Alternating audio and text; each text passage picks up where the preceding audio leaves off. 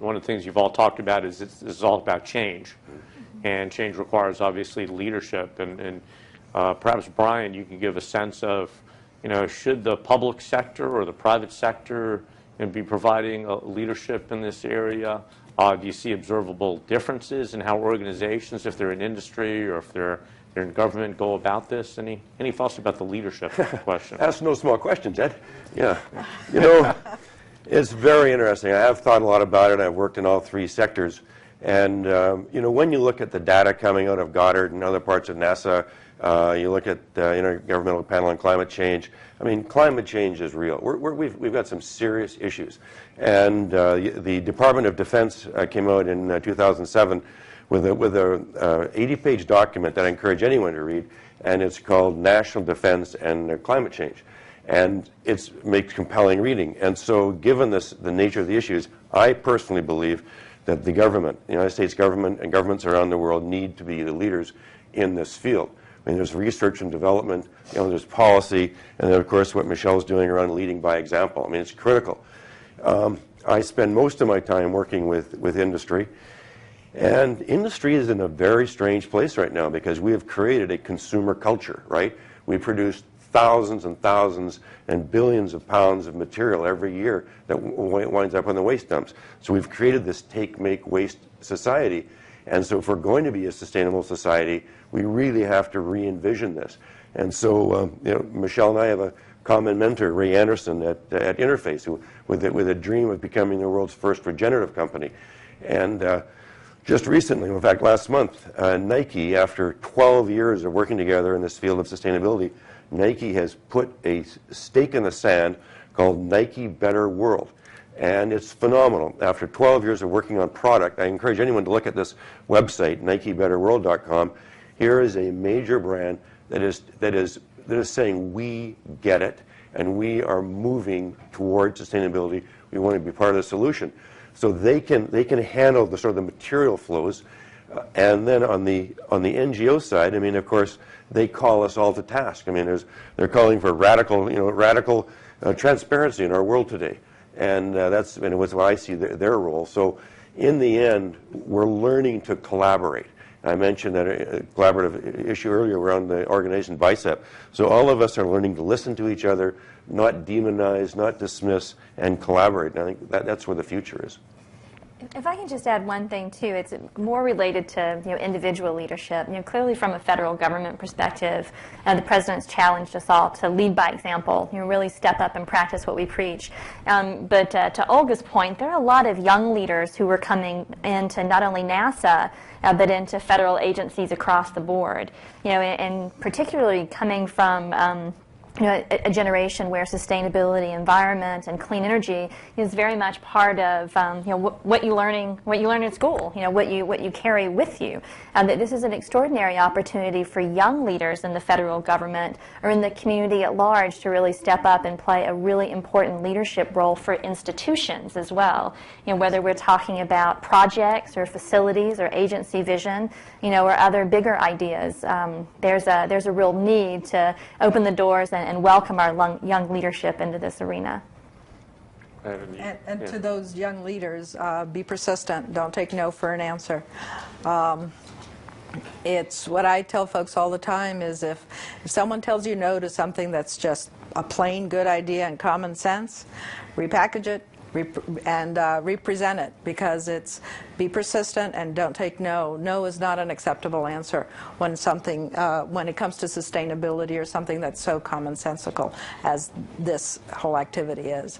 Well, last year in October when we presented the Green Gov Presidential Awards, there's actually a woman named Anna Jones Crabtree from USDA, I believe, out in Colorado. And one of the ways in which she described herself as the recipient of the Sustainability Hero Award was as a pest with a smile. And I think that's a great example of sometimes the kind of persistence it takes to get a really great idea done when it requires people to change the way they think a little bit. Yeah, another skill, being a pest with a smile. With a smile. It makes me wonder, again, because of the change of some of the things. You've worked with organizations that see it and are starting to do it, and with people who see it. Is there a time where the story shifts so that people see this as an imperative, or organizations say, I have to do this? I mean, you particularly work with a lot of organizations. They put efforts, they put funding, resources into it. Is there a story shift that you see with people or organizations that say, we're going to do this? And if so, when does that happen, or how does that happen?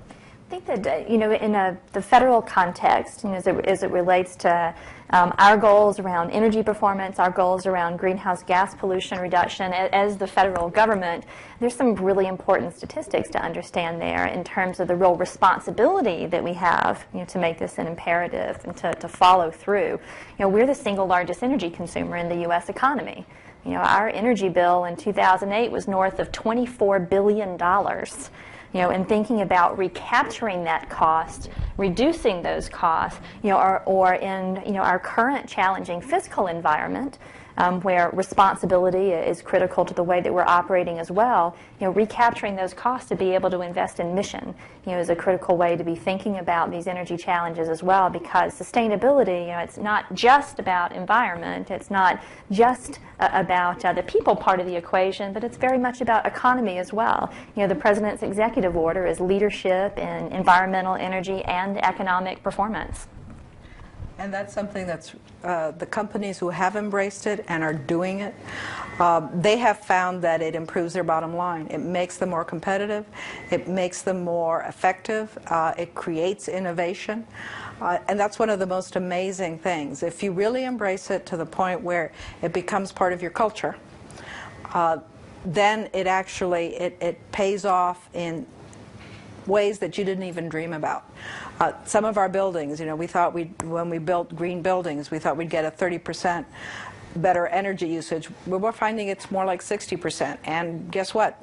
People like working there, so they don't take as much leave. They don't take as much sick leave and because they get daylight. It's a whole series of unintended consequences and benefits that are actually fabulous all the way around. And so that's also one of the other things that I think why we're getting close to that tipping point, because it does actually make good business sense. It creates opportunity for innovation, and it creates opportunity for young people to be creative. And I think that's why sustainability is actually going to become part of the norm.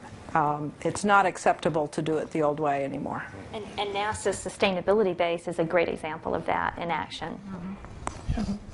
And what's actually thrilling for me to see is that once people master the basics, and you can always start with energy, waste, and water, right? That helps organizations save money, be more efficient. But as Olga said, that spawns more innovation.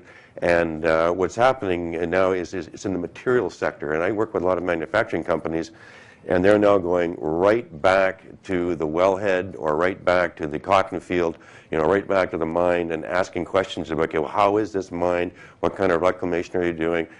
What sort of programs have you got in place?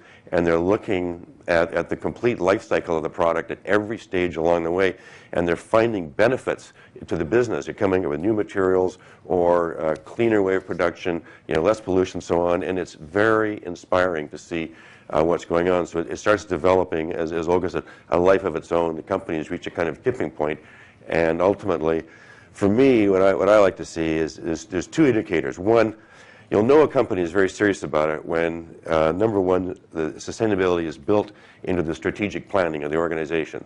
Until it's in the strategic plans, they're still playing around with it, but they're not serious about it. And secondly, when the senior executives of the organization their personal advancement or their remuneration in the private sector is based on their performance on sustainability goals, that's when you know it's real. But what I'm seeing now is when that's embedded, it gets to tipping point, then they start realizing we're actually playing a bigger game here. This isn't just about profit and loss. This is about the future. This is about our society. This is about a bigger game than just business. And so, again, like for example, for Starbucks, they've now created this interactive website called Shared Planet, and they're inviting their customers to be part of an educational experience where they're going right back to where the coffee bean is grown and all the processes through that, through the transportation, to see how you can be part of an actual kind of a life cycle approach to coffee. And it gets very exciting. Yeah, that's incredible. You're all talking also about success. And Olga, you mentioned a couple of times getting to the point of the tipping point. So maybe the question is, how will you know at NASA, or from your standpoint, when we're at what you would consider to be a success point on sustainability? Do you have things that you look for, or goals that you're shooting for? I've always said, as a caveat, when 50 years from now NASA will have whatever materials and processes and people and that it needs to actually accomplish its mission.